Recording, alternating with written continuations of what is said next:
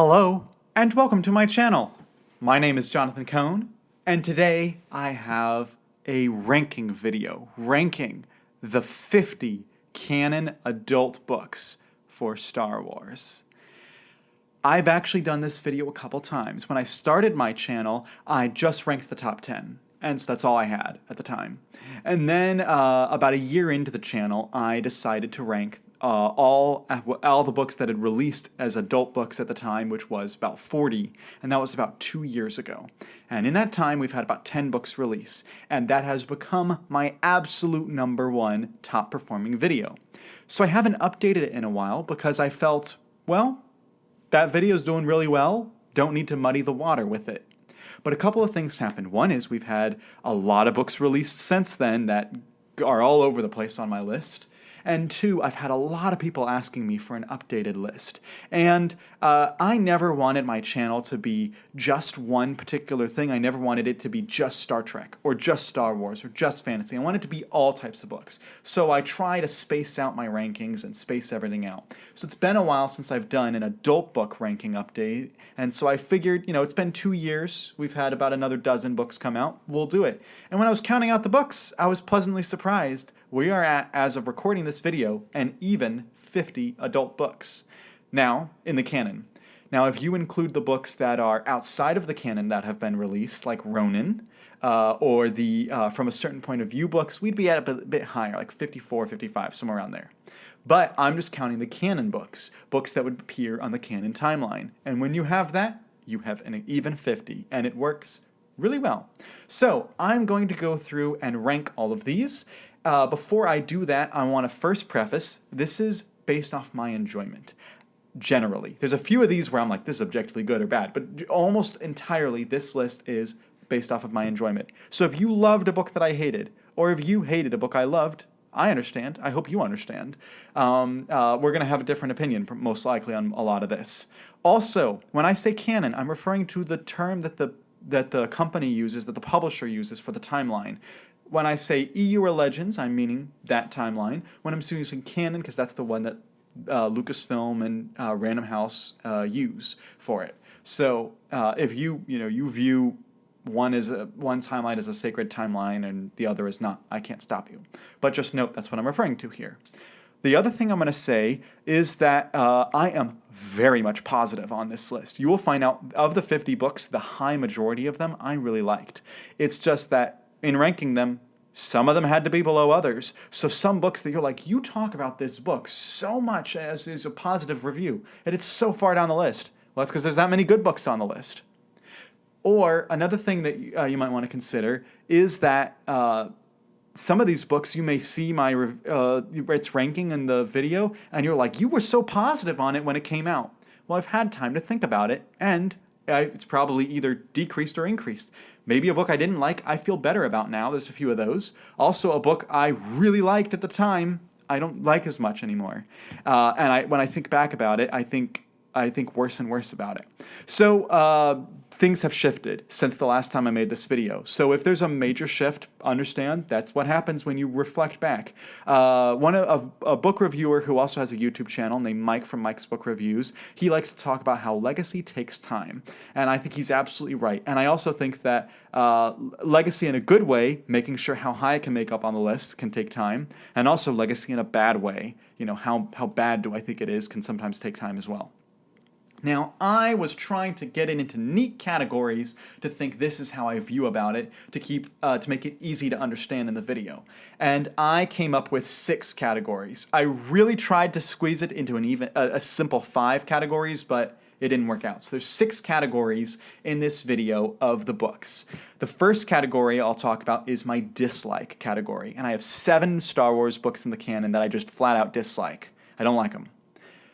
And then I have my second category is the it's fine category. That's the mixed category, and that's 9 books in that category. Then we have the pretty good category. The pretty good category has 10 books in it. I also have an excellent category, and that is going to have 8 books in it. A truly fantastic category that has 6 books. And then the best, just the best, which is the top 10. And I really thought about combining my excellent and fantastic as they're so close together. But I felt that there's the delineation between the books in the fantastic category and the books in the excellent category. So I split them up. So I have 6 categories, 50 books. I have my notes on here because there's a ton of books on this list, and it's going to take me a while to get through them, and I'm going to probably forget which number I'm on. So my notes are here. So if I look at my notes instead of the camera, I apologize. And then also, I can't talk about all these as much as I would want to because it'd be a really incredibly long video. So I'm going to kind of go through these kind of fast. So if you want more discussion of them, if it's a newer release, I have a review on the channel. If it's an older release, I may have a written review on Goodreads somewhere, but that's probably out of date, my view on it. So that's a lot of preamble. I know that's a lot of preamble to get into this, but I wanted to lay the groundwork so that when you're watching the video, you understand where I'm going with it. So let's start with book number 50. And that is going to the first of the dislike books, and that's going to be Jedi Battle Scars. This is, to me, the worst book in the canon. I highly disliked this book. I thought that Sam Maggs made all the wrong decisions in this book. I thought that she fundamentally misunderstood what made the Star Wars great, and particularly these characters great. I also felt like it's just not a crowd pleaser at all. This was Sam Maggs wanting to write a book that she wanted, not a book that the fandom would enjoy. And I just did not enjoy the process of reading this book. I was very, very disappointed in this book. So that is going to be my number 50. And I'm going to have to put the books everywhere. I'm sorry that you're going to hear books falling probably. My number 49 is Dr. Aphra, the script of the audio drama by Sarah Kuhn. I did not like this at all. I really enjoyed the Vader comics that I read. I read the first 2 bind-ups of the Vader comics that this is based off of. I really enjoyed that. I did not think that Sarah Kuhn did a particularly great job of adapting those comics. I felt that what she did adapt was kind of, in my opinion, unnecessary, and what she added was not entertaining to me at all. And so I just did not like the Dr. Aphra book. Her character's fine in the comics, but it was never something that grabbed me, and I didn't think that Sarah Kuhn really was able to grab me in the book either. So that's why this is number 49, another in the dislike category. My number 48 is going to be a novelization, and that is The Force Awakens novelization. This is a novelization I truly did not like. I was not happy with the way that this adapted the movie. I thought the movie is fantastic. Great movie. Loved the story of the movie. Don't get me wrong. Loved the movie. The novelization added so little, and what it added, I felt, was just so boring and so unnecessary, and I was like, this is the wrong way. There are multiple viewpoints on how you do a novelization. There is the straight adapt the movie, and there is the add a lot of stuff to it.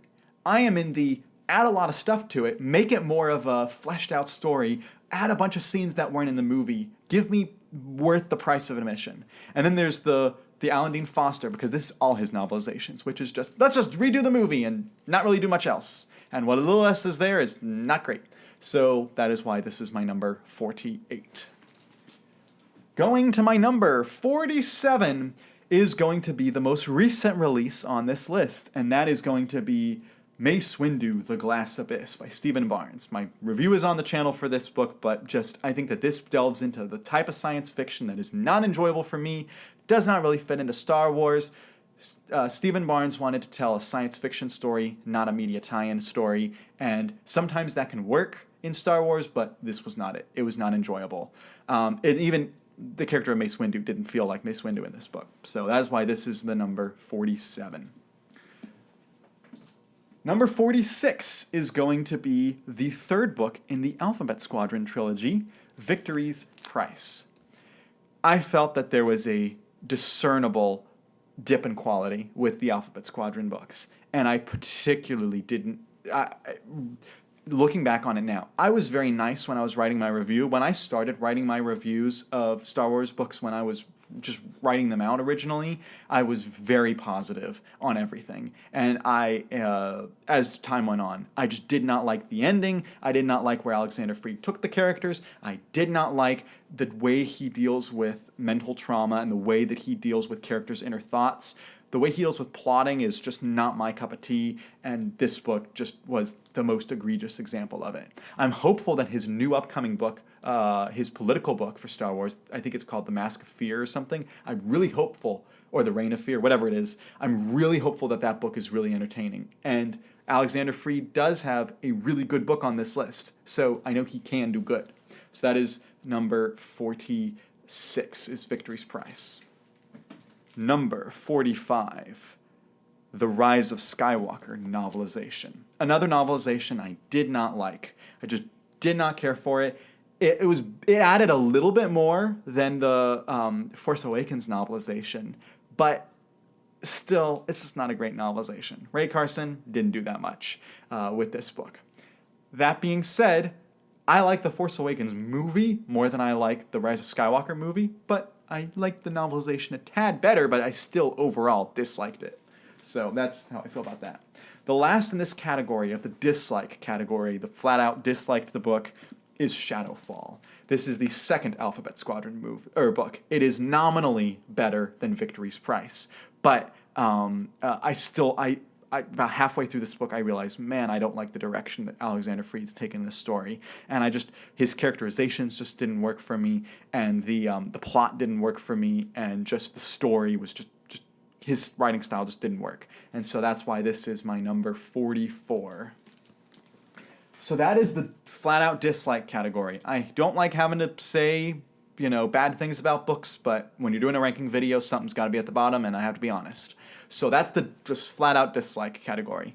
Now we're getting into the, it's fine, I guess. Like this next category, I have some positive things to say, but I also have some pretty negative things to say. So this is the category where, if you're looking at Goodreads, it would get like a 3 out of 5. Like, there was some enjoyable stuff, certainly, but there's some stuff I didn't care for. And there are going to be, in this category, I think, what did I say? 9 books in this category. So let's go ahead and start with number 43, which is going to be Alphabet Squadron, the first book in the trilogy. Now, I know I just ticked off a lot of Alphabet Squadron fans by putting this whole trilogy down near the bottom of the list, but it's just not my writing style. And it's not that I dislike, space stories or pilot stories or anything, because I love the X-Wing books by Michael Stackpole and Aaron Alston. Just this story isn't great. I will say I like the plot in this book the best of the trilogy, and it's an enjoyable plot. And I really liked the connections to other parts of the universe, to the comics. I really liked the connections to the TV shows. I really liked the connections to the Aftermath trilogy. I really liked the connections in this book. So I had an overall mixed experience. There's a lot of stuff I don't like about it, but this was an enjoyable story compared to the others, and overall, it's fine, I guess. So that's going to be the number 43. Let's go to number 42, and that's going to be Last Shot by Daniel Jose Older. This is a funny book. Does Star Wars need to be that funny? Maybe not. But this is a Han Solo and Lando Calrissian book. And I had a fun time reading this, but there's a lot of this stuff I'm like, did you really have to include that? It thematically nails Han Solo. Oh my goodness, does it thematically nail Han Solo. But it includes so much that's just weird. This is delving into the weird side of Star Wars with some of the villains and some of the storylines. And I think Lando was just weird in this book. So that's why this is my number 42. Number 41 is going to be Heir to the Jedi, the book that was originally meant to be an EU book, but they kind of slotted it in with the canon. And this was part of, I think, like a 3-book arc that they were doing in the EU, and because of the way that publishing timelines and stuff, it got pushed back and ended up being published during the canon, and rather than put it back where it belonged, they put it in the canon. So it's one of the very few Luke Skywalker stories in the canon, and it just feels weird. It just feels weird in the canon. Now, it's a blast of a book. It's really short. It's like 250 pages. It's really short book. But it's just his writing style just doesn't work for me as much. But I had some fun times with the book. People who have read the book know Toodle Fruits. That was a weird story decision. But overall, it was entertaining. It was enjoyable. It was a fast read. This is really, this is one of those books you can crank out in an afternoon or two. It's a really short book. Next is going to be number 40, and that is going to be Timothy Zahn's Thrawn Alliances. Thrawn Alliances is his weakest Star Wars book for me. And the fact that it's in the It's Fine category shows how good of an author he is, that the rest of his books are way higher than this. This is a book that is straddling two time periods. You have the Anakin time period during the Clone Wars, and you have the Vader time period during the Rebellion era. And the connection between the two is Thrawn, who is in both. And you see young Thrawn in one part and older Thrawn in the other part. And there are parts of this book that work and parts of this book that don't particularly work. When I reflect back on it, I actually liked the Anakin Thrawn stuff better than I liked the Thrawn Vader stuff, but I liked the minor characters in the Vader Thrawn stuff more than I liked the minor characters from the Anakin Thrawn stuff. So, but it takes place on Black Spire Outpost, on Galaxy's Edges. This is the first time we actually got to see Galaxy's Edge in a story.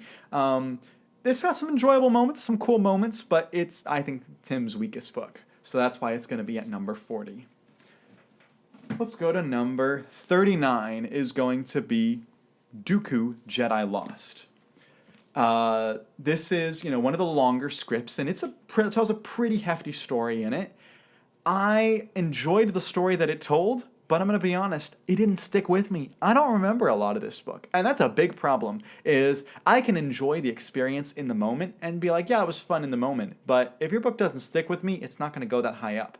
And I don't remember much about this book, even though I did read it. So I feel like that means that it's lower on the list. So it's fine. Didn't stick with me. All right, number 38 is going to be Shadow of the Sith by Adam Christopher. This is one of the few post-Return of the Jedi books featuring like a main character like Luke and Lando. And it does a really good job of making connections to Episode 9, to making the sequel trilogy more cohesive, to making the sequel trilogy work with the way everything else that was happening in the publishing and the TV shows. It does a really good job of that. But as an entertaining story, didn't stick with me. Again, this is the didn't stick with me category apparently, because I'm going to say that a lot. Yeah, that's good. I mean, number 38. Number 37 is going to be Battlefront Twilight Company. I think this is a lot better than Alexander Freed's Alphabet Squadron books, but it's still not a great book. It's fine. It's got some entertaining moments. It's got a few scenes that are brilliant, and it's got some really cool references and connections to like the video games and to some of the other books. But as a whole book, it's a forgettable book. The story is pretty forgettable, although some of these characters show up in the Alphabet Squadron books. But yeah, this one's going to be number 37. All right, number 36 is going to be Canto Bight, a novella collection. It is 4 novellas by 4 authors: Saladin Ahmed, Ray Carson, Myra Grant, and John Jackson Miller. 3 of the novellas, they were fine, not memorable. One of the novellas is amazing, is a fantastic novella, and that is the John Jackson Miller novella, The Ride. The other 3 novellas in here, forgettable, didn't really stay with me. The Ride stuck with me. I remember The Ride. I enjoyed reading The Ride a lot. And this made the movie a little bit better. I liked the Canto Bight sequence a little bit better because I was like, ooh, I get that reference. Ooh, I get that reference. Ooh, I get that. So this was a pretty enjoyable read, but it's fine overall. It's really, this is worth the price just for The Ride. All right, and the last in this category of the it's fine is Temptation of the Force. I enjoyed like part of this book, and just felt about the rest of the book. This book is much more focused on romance for Star Wars, but it still tells a traditional Star Wars story. It is continuing the overall High Republic line. It is my least favorite of the High Republic books, which tells you how high they are on the list. But it's got some enjoyable parts. The stuff with Reath Silas and not Reath Silas, with Bel Zettifar, sorry. With the stuff with Bel Zettifar was really forgettable and just not really sticking with me. But the stuff with the main cast was pretty good, and it connects to a lot of the High Republic stuff. So it's got that going for it. So that is the it's fine category. That is the it's fine. Now we're going into the pretty good. I'm not really complaining about these. These aren't great books, amazing books, I should say, but they're pretty good. They're very enjoyable. So, and this is a category that has 10 books in it. So we're going to start with number 34, which is Resistance Reborn. This is a book that doesn't really have a great plot, but oh, it's so enjoyable. It's just so fun getting to be with these characters. It's so fun, the references. This is the book that we were saying, the canon's not really tying stuff together. You get a little Easter egg here, a little Easter egg here. But we were promised that the canon would tie together like the EU, and it just, up until this point, it never really felt like that. We would get a character here or there that would cross over and stuff, but it didn't feel that connective tissue. This is the book that we were like, okay, there's a connective tissue going on here. And it was, in my opinion, Rebecca Roanhorse did a good job of the connective tissue. The problem is the plot here is entirely forgettable, and that's why it's at the bottom of the pretty good category. I enjoyed the book so much, but the plot is pretty forgettable. But I remember the moments and the character interactions, and I remember the connections and references. And I remember that this book has some characters that I was like, oh shoot, you bringing in that character? That's awesome that you can do that. So this is Character References, the book. All right, let's go to number 33. This is the book that has slowly been climbing the list ever since I read it, because it was, for a time, my least favorite Star Wars book, and that is Tarkin by James Luceno. Tarkin, when I first read it, was entirely forgettable. Just did not care for it. But when I reread the book a few years ago, I was like, you know what? This is an entertaining book. And, you know, the story of the pirates trying to take his ship, him having to deal with Vader, him thinking about all of the Emperor's plans and him making his own plans, that is pretty enjoyable in this book. So I enjoyed it. I enjoyed it. That's my number 33. My number 32 is another novelization. My number 32 is Solo: A Star Wars Story by Mur Lafferty. This is a novelization of the movie, which I love the movie, and I love the music. The Solo music is my favorite Star Wars soundtrack and my second favorite soundtrack of all time, behind another John Powell soundtrack, How to Train Your Dragon. But this movie was so enjoyable, and the book is pretty entertaining. It doesn't add a ton, but it actually does add some really crucial things and some cool tie-ins and references and stuff. And as a book, was an entertaining read. If Solo the movie had not come out and this had just been a book, this would have been a pretty entertaining read, which is why it's my number 32. My number 31 is a part of a trilogy that fans were way too hard on and are still way too hard on, and that is Aftermath Life Debt.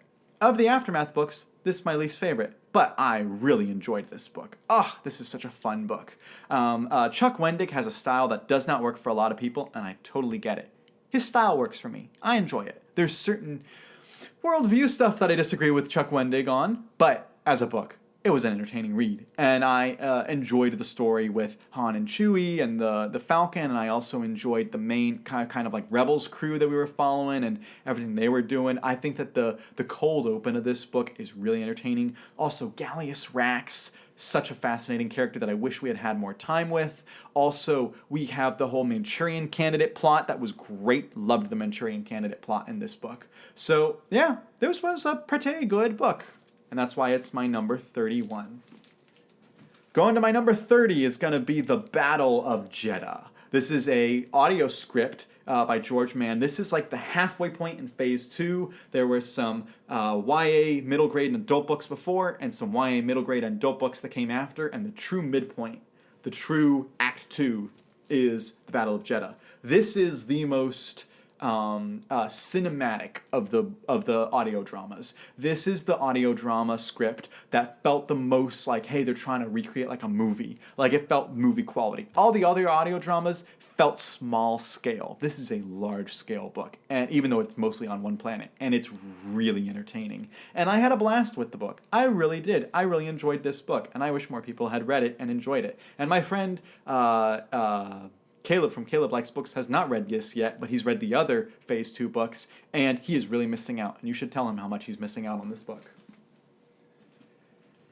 Next, we're going to my number 29, which is another novelization, and that is Star Wars The Last Jedi novelization by Jason Fry. Now, I'm going to be honest, I don't love the movie The Last Jedi. This book adds a lot to it and makes it so much better. Adds in deleted scenes that make it better. It adds context to scenes that makes it better. And it has a great prologue type part to it that I was floored by. And I think that this novelization did a lot to make me respect the story that was being told. I still don't love the movie. I think the movie is entertaining, but I think it did damage to the brand by ticking off fans. But it was entertaining, and I think Jason Fry did a really good job of making it so much better. And so that's why this is my number 29. My number 28 is another pretty recent release, and that is John Jackson Miller's The Living Force. This is the Jedi Council goes on vacation. No, this is the Jedi Council goes and tries to connect with the Living Force to get out of their council chamber, help everyday people, and in doing so, they end up stopping a pretty big threat. And it's a very fun, lighthearted book. There's a lot of POVs, probably the most POVs of any non-High Republic book for Star Wars, but it's entertaining. It's a really entertaining book. It's just not one of the best. And I had a blast with it. I have a lot of critiques, but I had a blast with it. So that's why this is my number 28. My number 27 is going to be The Fallen Star by Claudia Gray from the High Republic series. This is a climatic, huge, epic conclusion to Phase 1 that set things up for Phase 3. And I was way too harsh on this when I first read it, because when I hindsight, the things I didn't like about it before, I actually like about it now. And I think that it really set the stage for the High Republic and made sure that I was interested and intrigued by what happened in Phase 3 later on. And so there's certain character deaths in here that I'm still not over, but I think that this is a very enjoyable book by Claudia Gray, but not her best one. So this is my number, this is number 27. Number 26 is another High Republic book, Cataclysm by Lydia Kang. I had a blast with this book. It didn't stick around with me entirely. There's some great character moments. This is a great ending. As Fallen Star was a pretty good ending to Phase 1, this is a pretty good ending to Phase 3 mostly, or Phase 2, I should say. There is another book that came after this that's like an epilogue, but this is like the big epic story for Phase 2. And I like where it took them. I wish that they had designed the phases differently, but this was a very entertaining story. And I really enjoyed where she took particularly the Chancellor in this book. I really liked what she did with the Chancellor in this book. All right, where are we at? We are on number 25, which is the last in this category of pretty good, and that is Aftermath, Empire's End. I had a blast reading this book. I really enjoyed this book. It's not as good as some of the other books in Star Wars, but Chuck Wendig told a great climax to the story. This is the most epic the Aftermath books had been. If this was the first Aftermath book, it would not have gotten the hate that it got, because everyone thought the first Aftermath book was going to be this huge, epic, like answering questions and showing the state of the galaxy and really being big picture stuff. And instead, it was a small story. But this book, if this had been the first one, it would have it would have, I think, won over more fans, and it would not have been treated as harshly. That being said, I enjoyed the first one better, and I'll talk about that when we get there. But this has a few things I didn't like, but overall, I really enjoyed this one. So we're through the pretty good, and we are getting to some top tiers. And with the next 24 books that I'm going to talk about, they had to be somewhere. I enjoy all these. I would dare to say I really like, maybe love all these, but they had to be somewhere on the list. So don't be hating me for where I had to put some of these. But I really enjoyed a lot of the next books I'm going to talk about. So this is going to be the excellent category, and that is going to be 8 books total. So the first book in that category, which is number 24, is Lords of the Sith. This is, if the living force is the Jedi Council goes on vacation, Lords of the Sith is Vader and Palpatine go on vacation. They're going to Ryloth for this event. They're actually kind of there to flush out some rebels, kind of, but it's a dark story, but it's also kind of lighthearted. Paul Kemp balanced light and dark, like lighthearted humor and also dark themes really well. Great connections to the Clone Wars TV show and a few connections to Rebels. Really just fun story. And I look back on this and I was like, this was such an enjoyable read. So that's why this is number 24. Number 23 is a High Republic novel, Convergence by Zoraida Cordova. This was an excellent start to Phase 2 and in my opinion is probably one of the best Phase 2 books to come out. It is markedly lower than some of the Phase 1 and Phase 3 books, but also higher than most of the Phase 2 stuff.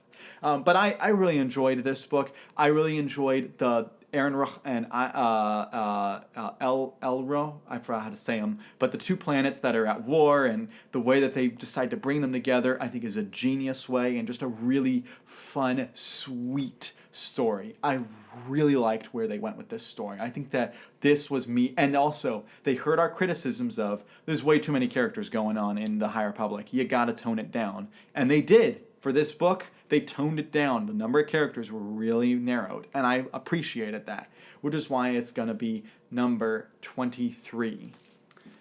Let's go to number 22 now, and that is going to be The Princess and the Scoundrel by Beth Revis.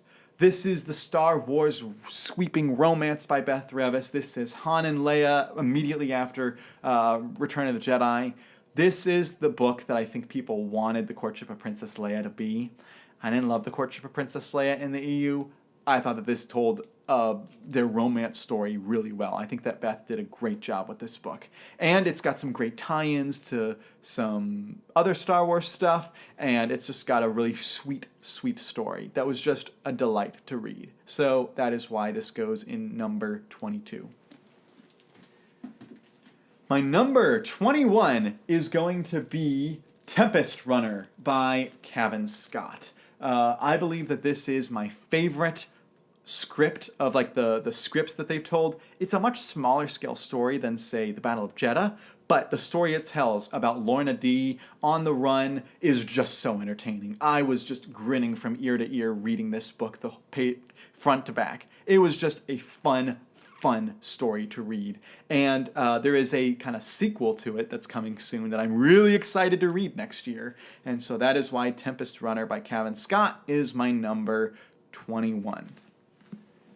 Now for my number 20 is going to be Battlefront 2 Inferno Squad by Christy Golden. Christy is a great media tie-in writer, and this is a great example of her media tie-in. It works great as a prequel to the video game, it works great as a sequel to Rogue One, and it works great as a Star Wars story.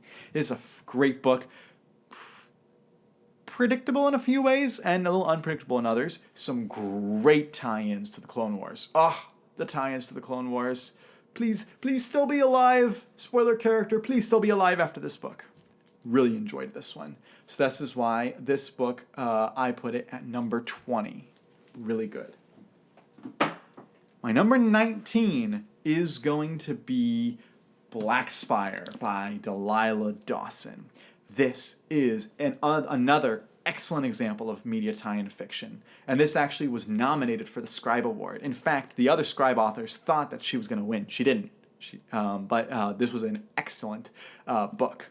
This is about Vi Moradi, after the events of Phasma, trying to build a rebellion at Black Spire Outpost in the Galaxy's Edge. You know, it's taking place where the park is, and so some people were like, it's just a cheap tie into the park. It tells a great story. I love stories about building a rebellion out of nothing, and that's what happens here. And it was really entertaining, and it also works as an excellent sequel to Phasma. Really excellent sequel to Phasma. All right, let's go to my number 18, which is, it's been a while since you've seen this author on the list, but that would be Thrawn Ascendancy, Greater Good by Timothy Zahn.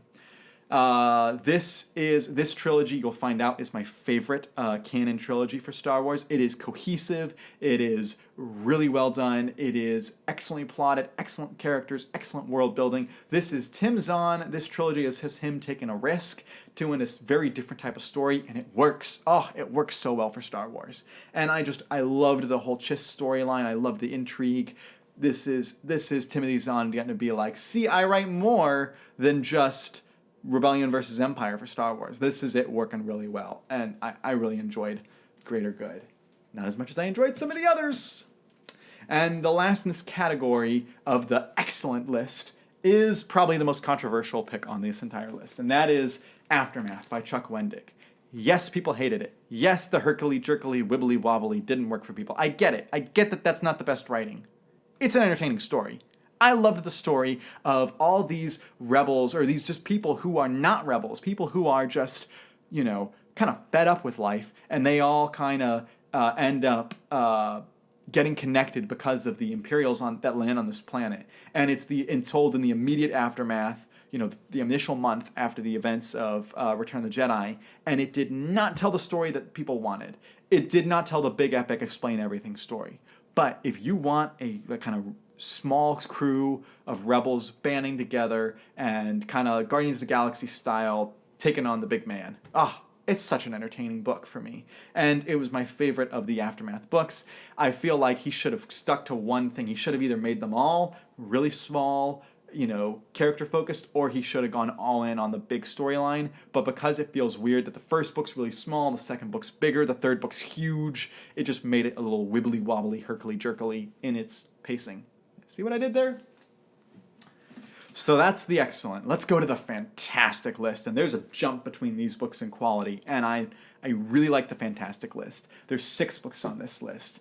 We'll start with number 16 is... my number 16 is Thrawn Ascendancy, Lesser Evil. This is the epic conclusion to the Thrawn Ascendancy trilogy. I think that Timothy Zahn wrapped up stuff well. He made some, oh my goodness, connections. Oh my word, I am impressed that Lucasfilm let him get away with it. And I know for a fact, because I know some of the people involved, I know that they knew that he got away with this, that it wasn't like an oversight. He got away with some stuff in this book, and I was like, that's so cool.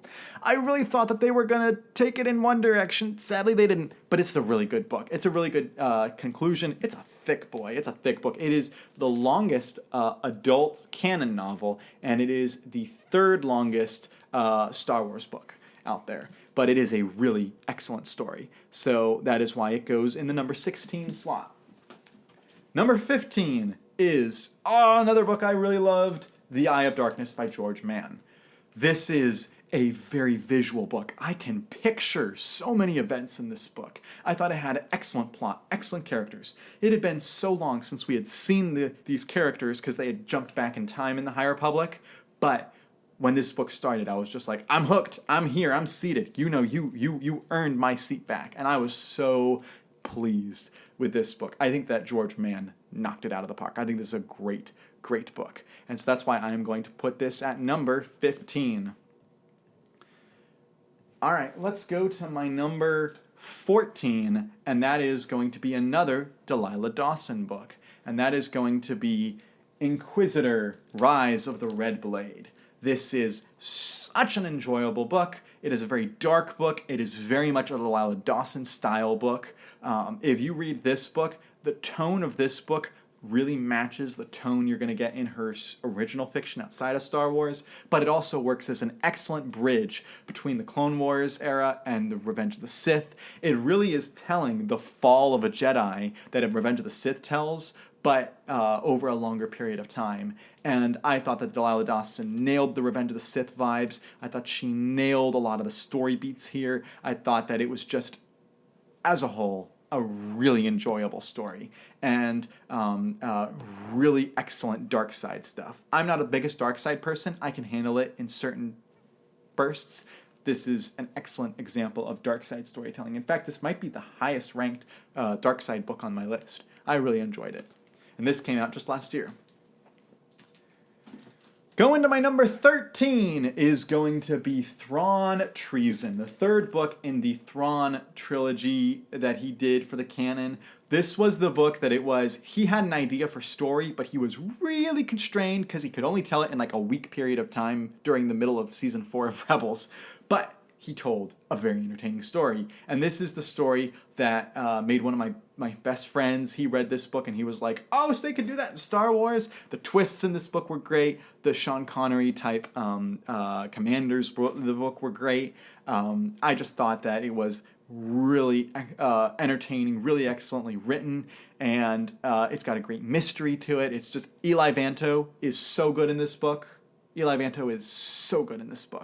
And I loved reading this book. So that's why it is my number 13. My number 12 Star Wars canon book in my ranking is Phasma by Delilah Dawson. Delilah Dawson, I have always held, is the best plotter in Star Wars. She gets how to write fantastic plots. She also has great atmosphere in her books, and this book is the best example of her plots and her atmosphere. It really stuck with me. You may say, I don't care for the character of Phasma. Well, you will after reading this book. She was such a great character, and you can see the potential wasted because she was handled so well here. Also, the other characters in the book, Hux, both Huxes actually are in this book. You also have Vi Moradi, who's excellent, Cardinal. The way this book straddles kind of the Chuck Wendig writing style and the traditional Star Wars writing style was really fascinating. The way it feels like a Mad Max Fury Road type book was also really well done. And I just think that Delilah Dawson just wrote such an impeccable, entertaining Star Wars book here. So that's why this is going to be my number 12. My number 11 is going to be the Thrawn Ascendancy Chaos Rising. This is the best book in this trilogy. This is Timothy Zahn stretching his muscles. It's very much a military science fiction book, but it works for what he's telling. The character of Thrawn is the anchor of this book, but there's so many other great characters. General Bakif and Aralani. There's and Thras and Thalius, I think. There's so many great characters in this book. And I just think that Timothy Zahn just took a big swing, and it was a big hit for him. And I'm so glad that this book is so good. And so that's why this is my number 11. But we've finally reached the top 10. We have finally reached the best of the best. So something had to be somewhere, and that's why some of these didn't make top 10, even though they were great books. But we are in the best for the canon. And so we're going to start with my number 10, which is Dark Disciple by Christie Golden. This is a superb Star Wars story. It is a superb tie-in fiction book. It is a great example of how to novelize scripts. It is basically a novelization of television scripts. They were going to do a whole arc, like several episodes, for Ventress and Voss teaming up in what was going to be then season 7 of the Clone Wars, and it didn't end up happening. But they felt that these stories were so good, and a lot of these stories were by Katie Lucas, the daughter of George Lucas. So they decided to give Christie Golden the novelization job, because she's novelized a lot of stuff. And Christie Golden's one of the best in the media tie-in business. And Christie did a fantastic job with this book. And it made me feel for these characters that I had never really felt before. And I just think it is oh so good. So that's why this is my number 10. My number 9 is the best novelization I've read for Star Wars. Yes, even better than the EU novelization of Return of the Jedi. This is, in my opinion, the best novelization, and that is Rogue One, a Star Wars story novelization by Alexander Freed. Now, I loved the movie Rogue One. It's a top-tier Star Wars movie. But what makes this novelization so good is it told the story well. It combined stuff from Catalyst, which we'll talk about in a moment, and also it took some risks with the data entry stuff and the messaging between Krennic and Urso, and that could have fallen totally flat and been cheesy and not worked at all. It was fantastic in this book. The political stuff in this book is really good, and the tone of this book was just so on point that I think that Alexander Freed has huge potential with his new book. You know, I didn't really like his original books before, but since his new book is strictly a political book, I'm really hoping I'm going to really enjoy it, and based off what he did here, he's got a lot of potential, and I loved this novelization. If there was one novelization, it's like, I want to go back and reread it, it's this one, because I thought it was so good. I remember where I was when I read this book, because I remember just eating it up and being like, oh, this is so good. All right, my number 8 is going to be Brotherhood by Mike Chen. This book just gets Attack of the Clones and the Clone Wars. It is the perfect amalgamation of the two. It is that business on Cato Nemoidia, which doesn't count. It is a great Obi-Wan story on Cato Nemoidia. It's a great Anakin story on other places with the little Padawan that kind of attaches to Anakin. There's some just great mystery in here, just some great action. It's just the book that was like, yeah, this is prequel Star Wars, yeah, really well done. And Mike Chen just gets the prequel era, and if Mike Chen just wrote a bunch more prequel books, I would eat him up and love him, because Mike Chen's a great Star Wars writer. And why hasn't he done more books? This was a great book, and I think it sold pretty well. Why hasn't he gotten more Star Wars books? Tom, why? Tom is the editor of the books. But Tom, why haven't you not given more to him? I think he's also kind of, his science fiction stuff selling really well, which is probably why. But that's my number 8. My number 7 is a book that used to be much higher. I bumped it down a little bit because I gave it time. And that is The Rising Storm by Cavan Scott. I love The Rising Storm by Cavan Scott. I just love other ones better. But this book is so good. I think that Cavan Scott wrote an excellent middle story. You have the first act is of the early part of the High Republic is Light of the Jedi that introduces everything, and the third act is the Fallen Star where all the climax happens. But The Rising Storm is the book where he puts the characters through the ringer and he makes you feel for them. And this is when I connected with the characters. And I think that Cavan Scott just did a tremendous job with this book. This is a book that made me, again, continue to fall in love with the High Republic storytelling. So that's why this is getting my number 7 book on my list. We're now at my number 6, my top 6 Star Wars books. I am so excited for these because these are some top tier books. And my number 6 is Bloodline by Claudia Gray. Claudia Gray writes great politics, and she writes great Leia. Nobody understands the character of Leia better than Claudia Gray in Star Wars for me. She just gets Leia. She wrote a great political story. She wrote a great Leia story. She wrote a great mystery. She also just wrote some heartfelt storytelling in here. And even though the sequel era doesn't work for most people, I think that you could still, even if you dislike the sequel movies, you could still enjoy this book because I think that Claudia Gray put so much heart into the book. And it just works so well. It is not the best Claudia Gray book, in my opinion, though. So now we're into my top 5.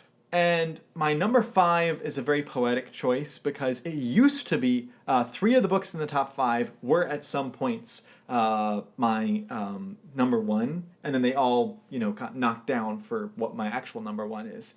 My number 5 is the book that started the Star Wars canon, and that is A New Dawn by John Jackson Miller. It's a great tie-in to the Rebels series. It is a great, just original story. The way that John Jackson Miller writes business is just unparalleled. I love his business discussions in these books. I love Count Vidian, the villain. I love Ray Sloan, who has really been taken off with some of the other stories. I really love the way he dealt with Kanan. I think he understands the lone Jedi character. Nobody gets the lone Jedi character better than John Jackson Miller. And also why Kanan is kind of given up the Jedi stuff is also really well handled here. I think the Hera is also, when she's in the book, is good, as are some of the Celestin characters and kind of the crazy characters in the book. It's just such a good book. It started the canon well. It wasn't exactly meant to be the start of the canon, but it is excellent. So I loved this book, and that is why this is going to be my number 5 Star Wars canon book. My number 4, and I do not say this lightly, is one of the best pieces of media tie-in fiction ever. And that is Catalyst, a Rogue One story by James Luceno. James Luceno is such a good writer. And sometimes he has books that fall flat or just okay or pretty good. And then sometimes he has like masterpieces. This is a masterpiece in my opinion. This is my favorite James Luceno book. Even better, in my opinion, than Darth Plagueis. Because James Luceno made me feel for Galen Erso and made me fear for Lyra. Lyra is in like 5 minutes of Rogue One, not even that, like 3 minutes of Rogue One. And he made me really love her character. He made me understand Orson Krennic's character. And he made me respect the military and industrial complex and just all the resources that would go into building the Death Star. The science that would have to go into building the laser and the kyber crystal. And just everything that went into the Death Star. James Luceno just wrote a really heartfelt story while also telling a really technical story. There's not a lot of action in here, but it's an amazing tie-in book. Like if I had to list some of the best tie-in materials, most of them would come from John Jackson Miller, who wrote A New Dawn. I would use like his Kenobi book from the EU. I would use his Takedown as a standalone Star Trek book and his Prey trilogy. I would probably use some of the Drizzt books for the Dungeons and Dragons. I would include probably the Destiny trilogy from Star Trek. I would also include Catalyst as one of, like, if I was teaching a class, I would use Catalyst as a way to write media tie-in fiction.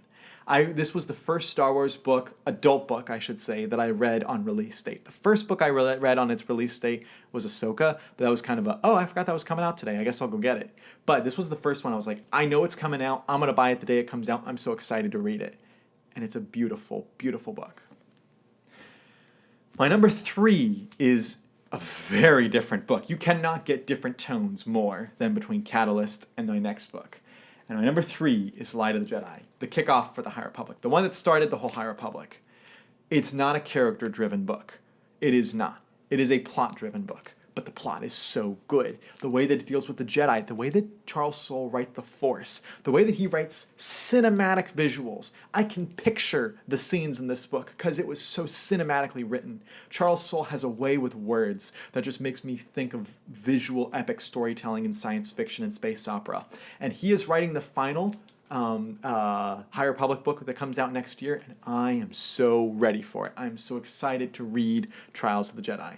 But Light of the Jedi came out of the gate, one of my favorite Star Wars books in the canon, and it is still my number 3. It is still that good. Remember how I said there were some books that were number 1 at some point and got knocked down? This next book, my number 2, is such a good book. It could have been my number 1. Like my number 1 and 2 are just that amazing. And my number 2 and my number 1 stand up there with the best of the EU for me. I like the EU better overall, but my number 2 and my number 1 would stand up there with the top echelons of the EU, and I'm very serious when I say that. And my number 2 is from one of my favorite authors, and that's Timothy Zahn's Thrawn from 2017. This is the excellent mystery type book, the Sherlock Holmes type book. This is a great prequel to Rebels. This is a great tie-in book. This is a great political book when you think about Price and the way that Governor Price kind of moves up through the ranks. The way that Thrawn is written in this book is so well done. The way that Eli Vanto, who is the best, and I kind of said this earlier with Thrawn Treason, I think he is the most relatable character in the Star Wars canon when it comes to book-specific characters. Timothy Zahn has a way of writing Star Wars and writing Thrawn specifically that is just so refreshing. And I thought that as the Ahsoka TV show was great. I think that Dave Filoni is telling a really good story. The way he writes Thrawn is nothing like the way Timothy Zahn writes Thrawn. And I loved this book so much. It just hits on every level. But my number 1 Star Wars book for the canon, is Master and Apprentice by Claudia Gray. I was shocked that she was this good in this book. I had already read Bloodline, which I loved, and Leia, Princess of Alderaan, which I also loved. And I was like, she can write Leia all she wants. She gets her. Then we had the From a Certain Point of View short story collection that's not canon, just short stories that came out. And she wrote a Qui-Gon short story set during A New Hope. And after that, I was like, she gets Qui-Gon. And I was like, okay, I want to see where she goes with this. And so I read Master and Apprentice. And she absolutely gets Qui-Gon. Nobody, not even Jude Watson, in my opinion, gets Qui-Gon in the same way that Claudia Gray does. I thought that she did such a good job with his character. She describes why he is a Jedi and why the Jedi do what's right instead of what's wrong and why they have to stand up for their morals. And she just has a beautiful way of writing that. And the way that she writes Qui-Gon's relationship with Obi-Wan is great. And she absolutely gets what makes their relationship so unique. There's a scene in the book where Qui-Gon is talking with, I think it was either Yoda or Mace Windu or someone else. It was some other council member. And he's describing why he just has this struggle with Obi-Wan, even though Obi-Wan's a model student. And I thought, oh my goodness, this is brilliant. This is exactly correct. She gets it.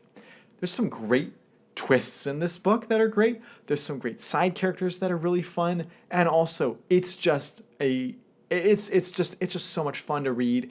And there's a few moral things in the book that I disagree with Claudia Gray's worldview on, but if you take that out, it's like just near perfect for me, and I loved it. And so that is why Master and Apprentice is my number one.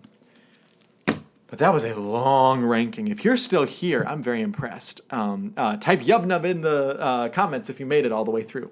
But I loved talking about all these books. Some not good books, some good books, some amazing books. I love reading Star Wars. I will continue reading Star Wars. There will be good, there will be bad, there will be everything in between. But I'm having a blast with this. So if you watch this video, let me know what you thought of it. Also, tell me how I'm totally wrong on some of these. And if you have read all 50 canon books, first of all, congratulations. Props to you. But if you've read all the 50 canon books, which ones are your favorites? And if you've read them all, I'd love to see some top 50 rankings from people. Until next time, I'm Jonathan, and thank you for watching.